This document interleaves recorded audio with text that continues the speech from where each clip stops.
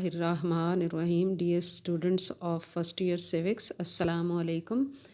आज के हमारे लेक्चर का टॉपिक है फ़र्द और माशरे का बाहमी ताल्लुक़।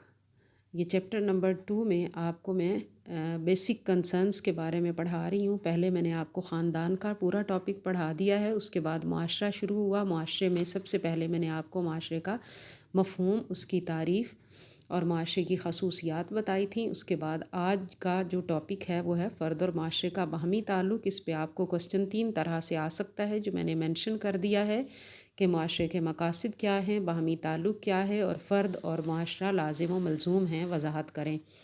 तो तीनों क्वेश्चंस की सूरत में आप आंसर यही लिखेंगे कि फ़र्द और माशरा किस तरह से लाजिम व मलज़ूम हैं या क्या ताल्लुक़ है दोनों का।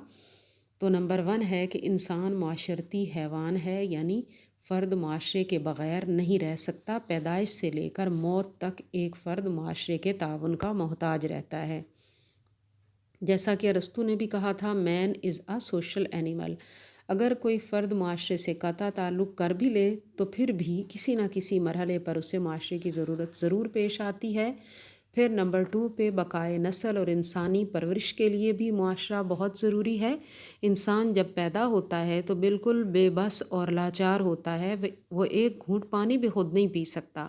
तो जानवरों के बच्चों के बरक्स इंसानी बच्चे की परवरिश बहुत ही मुश्किल और सब्र आज़मा काम होता है। अगर मुआशरा ना हो तो बच्चा पैदाइश के कुछ देर बाद ही मर जाए और आहिस्ता आहिस्ता नस्ल इंसानी भी ख़त्म हो जाए। तो मुआशरा जो है वो नस्ल इंसानी की बका के लिए और इंसान की परवरिश के लिए बहुत ज़रूरी है।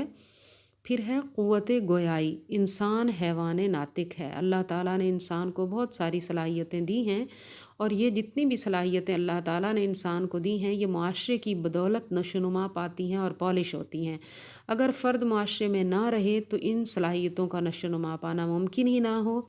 मसलन आप क़ुव्वत गोयाई को ले लें, ये उसी वक्त हासिल होती है जब हम इंसानी माशरे के अंदर रहें। अगर इंसानों से दूर किसी इंसानी बच्चे को जंगल में छोड़ दिया जाए तो वो बोलना नहीं सीख सकेगा।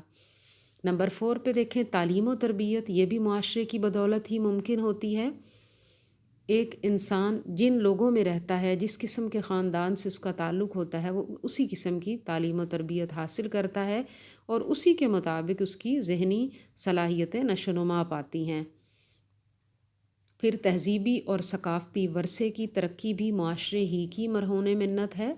इंसान की ज़ुबान, तहज़ीब व तमद्दन, इल्म, फ़लसफ़ा और साइंस सब की तरक्की माशरे की बदौलत मुमकिन होती है। इंसान ने काफ़ी हद तक कुदरती आफ़ात पर भी काबू पा लिया है, मज़ाहिर कुदरत को भी मुसख्खर कर लिया है और नित नई आरामदेह ईजादात भी करता है। तो ये सब माशरे की वजह से मुमकिन हुआ। फिर है वरसे की मंतकली। मैंने आपको ख़ानदान में भी बताया था, ख़ानदान माशरे की बुनियादी इकाई है। माशरा हर नस्ल की तरक्की के तजर्बात को अगली नस्ल तक मुंतकिल करता है। सदियों से इंसानी वरसा माशरे की बदौलत ही अगली नस्लों में मुंतकिल होता है। अगर माशरा ना होता तो ये अलूम व फ़नून तरक्की ना कर पाते, अगली नस्लों तक ना पहुँचते और सब कुछ जो एक नस्ल करती है वो खाक में मिल जाता।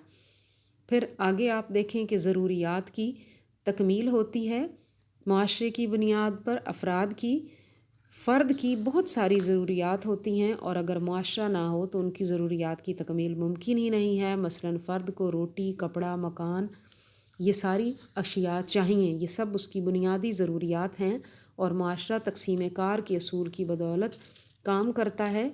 अगर माशरा ना हो तो हर फ़र्द को रोटी, कपड़ा और मकान ख़ुद मुहैया करना पड़े, अपने आप के लिए ख़ुद पैदा करना पड़े, जो कि उसके लिए मुमकिन नहीं होगा।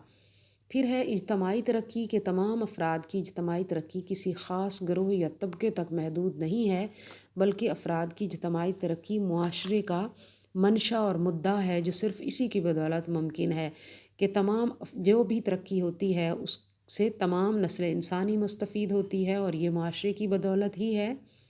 तो इससे साबित हुआ कि फ़र्द और माशरा लाजिम व मलज़ूम हैं और माशरे के पायदार मकासद हैं और फ़र्द और माशरे का बाहमी ताल्लुक़ भी पाया जाता है।